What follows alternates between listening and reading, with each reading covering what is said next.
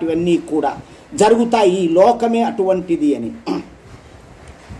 దేవుడైనా జీవుడైనా లేదు రూపము, ఉంది జ్ఞానము.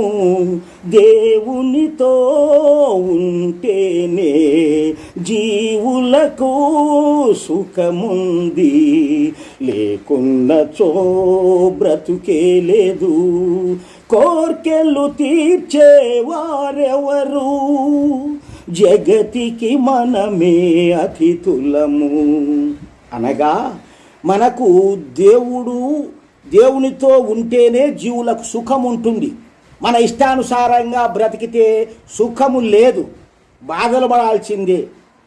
లేకున్నచో దేవుని కోరకున్నచో మనకు బ్రతుకే లేదు, అంటే జన్మమే లేదు. దేవుణ్ణి కోరకుండా ఇష్టానుసారంగా బ్రతుకుతా అంటే ఏమో జన్మ లేకుండా ఏ చెట్లోగా గడ్డి గాదముగా పుడుతూ అన్ని దానిలకు ఆహారం అవుతూ బ్రతకాలి. దేవుడు కాబట్టి తెలుసుకోవాలి. ఆయనను మనం తలుసుకోవడం, ఆయన కర్మలు, ఆయన చెప్పిన విధానాన్ని పాటిస్తే మన కోరికలు తీరుతాయి.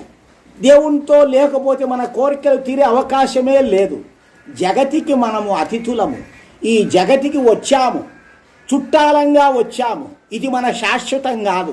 మనము జగతిలో చుట్టాలంగా వచ్చాము కొంతకాలం ఉండిపోవడానికి, అంతే తప్ప ఇదే నాది, నేను ఇక్కడే ఉంటా, నేను మా ఇంటికి పోను, ఈ లోకంలోనే నేను అది బాగుంది ఇది బాగుంది అది తినుకుంటా చూసుకుంటా హాయిగా బ్రతుకుతున్నావు, నా పెళ్ళాము, నా పిల్లోళ్ళు, నా సంసారము, నా బీరువాలు, మిద్దెలు, మేడలు, బంగారము, ధనము, దశకము ఇవన్నీ నాయేను అని పట్టుకొని ఊలాడితే దేవుడు ఒక్క పైసా కూడా ఇవ్వడు.